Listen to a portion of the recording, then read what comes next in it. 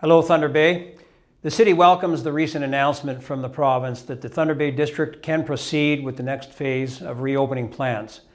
The City is continuing work on planning for certain summer facilities, programs, and services in July and August, including some day camps and neighborhood programs, sandy beach operations, and patios at the City-operated golf courses.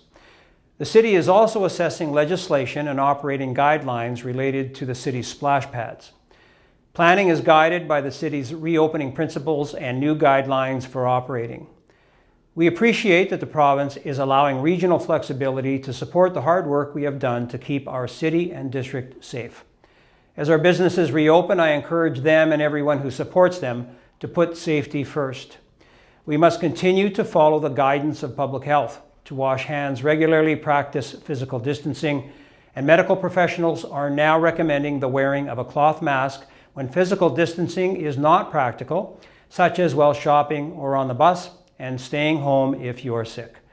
We are looking forward to being out in our community more and using the knowledge we've gained on how to reduce the spread of COVID-19.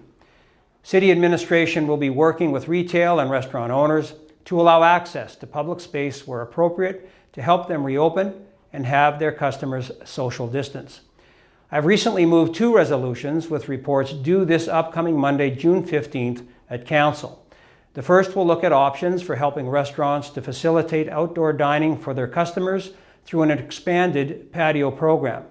The second will look at options for assisting business in the various downtown cores through the Community Improvement Plan program, which currently exists but is not currently funded. Given the reality of operating during these times, programs will not look the same as they have previously.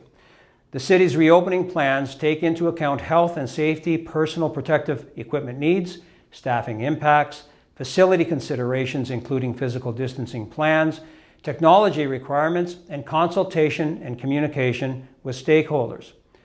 Once regulations are in place to allow services to open, some lead time will be required to assess impacts and get the required resources and changes in place.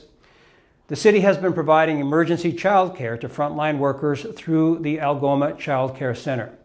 Now that the province has approved the opening of all daycares, more details on the City's plans for childcare facilities will be available after the City reviews and assesses provincial protocols and operational impacts.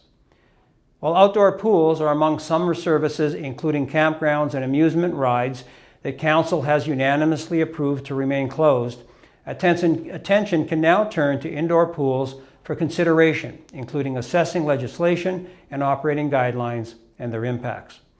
A report with reopening recommendations for indoor pools and other facilities permitted to open in Phase 2 will be presented to Council later this month on June 22nd. We recognize this is a difficult time for families, and we are committed to providing quality, safe programming during these unprecedented times. We are all looking forward to resuming safe activities that support the well-being of residents. We are proud of our employees and their dedication during this difficult time, and for all residents, including them and their families. The City's priority when working on reopening plans is protecting the health and safety of the public and our employees. Facilities, programs, and services will only reopen when it is safe to do so. We will follow the direction and guidance of the province and of public health. We will put a priority on reopening programs and services that deliver the highest value at best cost under the current circumstances and identify opportunities to cancel or defer reopening or adjust services to support cost containment. We will also consider innovative and adaptive ways to serve the community and invest strategically to support economic recovery.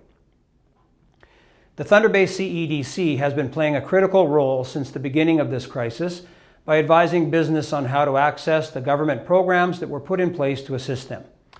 They also announced the creation of an economic recovery task team consisting of CEDC staff, members of the City's executive management team, and myself as mayor. CEDC staff are engaged in outreach across all business sectors in Thunder Bay and are asking business owners how the COVID-19 pandemic has impacted their operations and what the City of Thunder Bay can do to help. The Economic Recovery Task Team will combine all of our efforts and share information in real time with the objective of exploring innovative ways the city can respond and help business resume operations, change the way they are doing things, and recover as quickly as possible. The CEDC Board of Directors has recently approved an additional $75,000 in funding for the 2020 Starter Company Plus program, which is aimed to help local, new, and expanding small businesses and entrepreneurs through training, mentoring, and a potential grant of up to $5,000. I continue to be optimistic about the economic recovery of our city, and I encourage everyone to continue to support local business wherever you can and buy local.